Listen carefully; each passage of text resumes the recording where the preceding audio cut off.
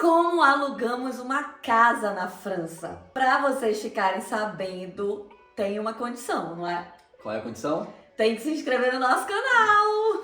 Inscreve aí que a gente vai contar tudinho pra vocês. Nesse outro vídeo aqui, a gente já explicou pra vocês como alugar um apartamento na França, os sites que você tem que procurar, a burocracia, os documentos que você tem que ter, toda a parafernália que tem que ter. Mas na prática a gente nunca falou como a gente conseguiu fazer. E é isso hoje que a gente veio compartilhar com vocês. E a gente vai compartilhar duas experiências, né, que a gente teve para conseguir alugar um apartamento e uma casa na França. Exatamente, a primeira experiência é o nosso apartamento, nosso primeiro apartamento que alugamos juntos. Pois é, por isso que começa aí. Até porque, gente, eu nem lembro de tudo, ele lembra de tudo, eu não. Então, é uma coisa que tem em comum, por sinal, nos dois imóveis que a gente alugou, é que a gente passou por sites, como a gente já falou para vocês, sites de proprietários, onde você só encontra apartamentos que estão no mercado colocados por proprietários diretamente, evitando o intermediário que é a agência. Agência imobiliária. Até porque a agência pega a comissão. Com a agência tem o taxa da agência, que é o preço de um aluguel, que é super caro. E tem, não sei mais o que, tem mais, é mais papel. Mais burocracia, mais coisa. Burocracia. Enfim, então procuramos nesse site e aí a gente encontrou o apartamento que a gente gostou. Agora sim, eu tenho que contar uma coisa. Pra a gente procurar apartamento diretamente com o proprietário é um pouco mais difícil, né? Não tem tantos assim disponíveis, não é tão. A oferta assim não é tão boa quanto com as agências, mas dá pra encontrar. Mas vale a pena. Vale a pena. Valeu a pena. Valeu. Pois é, a gente encontrou o apartamento, marcamos pra visitar, fomos na visita, gostamos do apartamento, era top. E aí começou o problema. Porque a gente tem aqui na França estatutos que não são tão comuns. Nós não somos empregados, nós não temos um salário, não somos assalariados. E aí não tem contrato de trabalho, porque a gente que tem nossas empresas, então a gente que emprega as pessoas. E aí é muito mais difícil pra gente conseguir isso, né? E aí o que aconteceu? No primeiro apartamento era um casal de proprietários, a proprietária ela não acreditou muito, não sei não confiou, não confiou tanto, né, na gente, e aí ela exigiu que tivesse um fiador para o aluguel, ou seja, uma pessoa que vem, você sabe o que é um fiador, né? Uma pessoa que extra por fora que vem dizer se eles não pagaram aluguel, eu pago no lugar deles. E aí a gente tinha um amigo. Tem que ser alguém de confiança, hein, gente? Senão, olha, vocês não pagam aluguel. Eu não quero ser fiador de ninguém. Aí, nosso amigo, ele veio, ele foi fiador da gente, então deu a declaração de imposto dele, mostrou que ele podia cobrir caso ele era salariado, então ele tinha o salário. Pois é, agora é engraçado isso, né? Que ironia, né?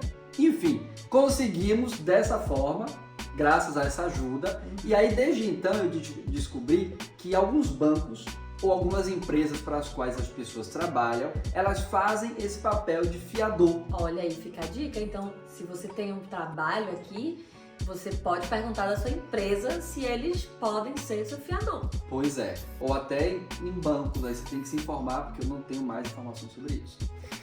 E aí nos mudamos, né? Não ficamos nesse apartamento muito tempo. Nos mudamos, estávamos procurando um outro lugar, queríamos uma casa.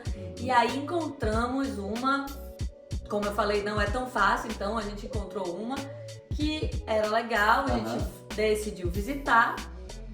E foi o mesmo problema. Gostamos da casa, mas, né, gente, aquele problema, não somos salariados, não temos, né, o salário certinho todo mês, então as agências já com certeza não confiam na gente, sempre tem que ter um fiador. E o que aconteceu? Aí o que aconteceu? A gente ficou com medo. A gente ficou com medo? A gente ficou com e medo. Eu vou te contar uma coisa que eu não sei se você lembra. O proprietário dessa casa, ele tinha tido uma experiência horrível com os locatários precedentes, porque os locatários ficaram não sei quantos meses sem pagar o aluguel.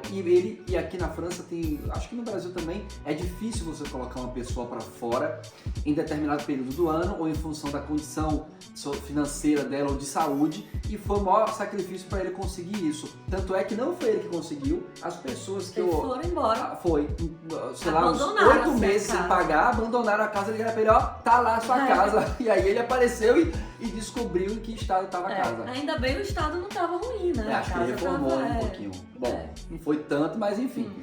E aí, mais difícil ainda pra ele de confiar em outras pessoas, Pois né? é, porque ele tinha passado por uma situação onde as pessoas não pagavam, E ele não todas- podia correr o risco É. de pegar outras pessoas que não iam pagar, né? Mas ele não conhecia a gente, então ele não sabia se a gente ia pagar ou não, né? É difícil você saber.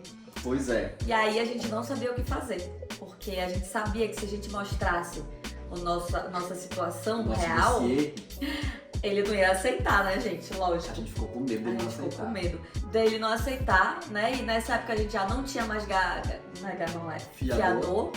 E então a gente veio com medo, né? De visitar a casa. Sobretudo que o aluguel era mais caro que o aluguel precedente, então o antigo fiador não seria mais suficiente Pois é. para a casa que a gente foi ficar. É. E aí o que aconteceu? A gente resolveu falar da nossa situação claramente. A gente resolveu Explicar explicar direitinho, né? tudo. Porque tem que explicar, porque as pessoas muitas vezes não entendem exatamente do que a gente faz, né? Então a gente explicou. E essa é uma situação que muitos estrangeiros também, quando chegam, passam, porque muitas vezes quando você chega, você não tem um contrato de trabalho, ou você é só estudante, ou você tem um contrato de trabalho, mas não tem o suficiente para alugar, não tem fiador, enfim, são problemas que todo mundo enfrenta quando vem morar no país. Até os próprios franceses enfrentam problemas assim para encontrar apartamento para alugar, ou casa, e a gente passou por isso. Então, justamente... E tinha uma outra coisa, era que esse proprietário, ele tinha um seguro. Era um seguro para que se a pessoa não pagasse, o seguro cobria. Só que então quer dizer o quê? Quer dizer que o seguro que tinha que aceitar o nosso dossiê. E aí não era nem o proprietário, era o seguro, né? A seguradora. A seguradora. E aí a gente montou, né? Fez o dossiê, preparou toda a papelada, aquela lá que vocês já sabem. Muito papel. Mas assim, com o proprietário foi tudo ótimo, ele foi super simpático, né? Conheceu a gente também. Beleza. Perfeito. E a gente queria aquela casa. E ele recebeu a resposta da seguradora. Gente, nosso dossiê foi recusado. Não aceitaram. Não aceitaram, lógico que a gente já tava esperando, né? Muito arriscado para eles confiar em pessoas que não têm contrato de trabalho. Mas o que a gente não estava esperando era o que o proprietário falou pra gente. Pois é, Você lembra? eu lembro. Então fala. Eu lembro que o nosso encontro e a descoberta da casa, né, a visita da casa foi tudo tão bem, foi tudo tão fluido, que o proprietário gostou muito da gente e ele disse que, independente da seguradora, ele decidia confiar e ele ia fazer o contrato de aluguel com a gente. Foi, gente. E aí quer dizer o quê? Quer dizer que ele aceitou fazer o contrato e ele nem tinha mais o seguro, porque, né, como a seguradora não aceitou, recusou o nosso dossiê, ele não tinha direito, então era a responsabilidade dele. Para ele ter a seguradora de novo, tinha que esperar 6 meses da gente cumprindo direitinho o aluguel no dia. O aluguel para que a seguradora aceitasse de novo e aí ele pudesse fazer isso. Mas ó, tenho que contar pra vocês que o proprietário não se arrependeu, né? Porque a gente pagou sempre o aluguel direitinho, sempre no dia, até nunca pagou atrasado, então ele não se arrependeu e depois a seguradora também já passou, né, a funcionar e aí foi tudo ótimo. E deu tudo certo. Tudo isso para dizer para vocês o quê? Que você tem que chegar a expor a situação, que é a melhor coisa para fazer.